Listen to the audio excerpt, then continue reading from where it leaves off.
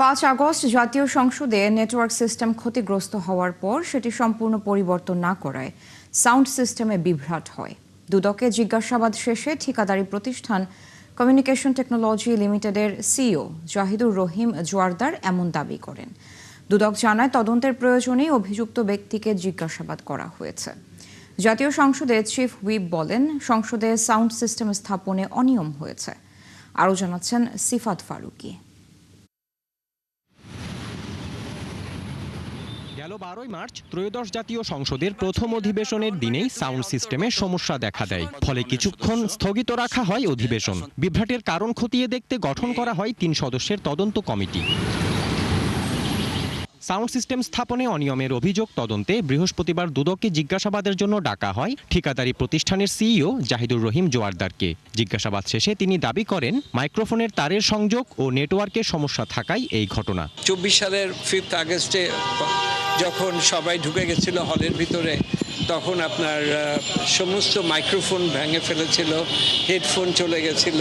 মূল প্রবলেমটাই ছিল তারে ওয়্যার, এটা যে নেটওয়ার্ক তারের প্রবলেম ছিল। কালার এক্সপার্ট ডার্ক স্যাপ এবং মাইল্ড অন হ্যান্ডস টেকনোলজি সমৃদ্ধ অরিক্স অ্যাডভান্স ডিটারজেন্ট পাউডার আপনার লন্ড্রি এক্সপার্ট। আগের তারিখ থেকে গেছিল, চেঞ্জ করা হয় নাই। ওই যখন টেবিল চাপড়াইছে তখন ওই কানেক্টর লুজ হয়ে গেছে। এই লুজ হওয়ার থেকেই এই প্রবলেমটা। অনভিজ্ঞ থার্ড পার্টি প্রতিষ্ঠান আমানত এন্টারপ্রাইজ যথাযথ প্রক্রিয়ায় কাজ না করাকেও দায়ী করেন তিনি। কাজটা যদি আপনি একজন অনভিজ্ঞ লোকের কাছে গাড়ি চালাতে দেন, স্টিয়ারিংটা দিয়ে দেন, আর সে যদি অ্যাক্সিডেন্ট করে, ওখানে কোনো আশ্চর্য হওয়ার কিছু নাই। পরে দুদকের মুখপাত্র আক্তার হোসেন বলেন, তদন্তের প্রয়োজনেই অভিযুক্ত ব্যক্তিকে তলব করা হয়েছে। সংসদের সাউন্ড সিস্টেমের বিষয় নিয়ে দুর্নীতি দমন কমিশনে একটা অনুসন্ধান চলমান রয়েছে।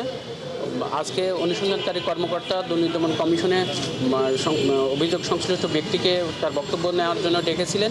সংসদে সাউন্ড সিস্টেম স্থাপনে অনিয়মের অভিযোগ তদন্তকে সাধুবাদ জানিয়েছেন সরকার দলীয় চিফ হুইপ নুরুল ইসলাম মনি।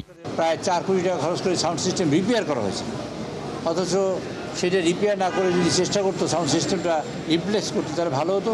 সাউন্ড এখনও শোনা যায় না। কাজে এই সাউন্ড সিস্টেমের দুর্নীতি দমন কমিশন যদি কাজ করে থাকে, আমি তাদের সাধুবাদ জানাই। প্রকল্পের কার্যক্রমে অনিয়ম বা আর্থিক দুর্নীতির অভিযোগও খতিয়ে দেখছে দুদক। অনুসন্ধানকারী কর্মকর্তা অনুসন্ধান শেষে এবং অনুসন্ধান প্রতিবেদন দাখিল করবেন। সিফাত ফারুকী, 71, ঢাকা।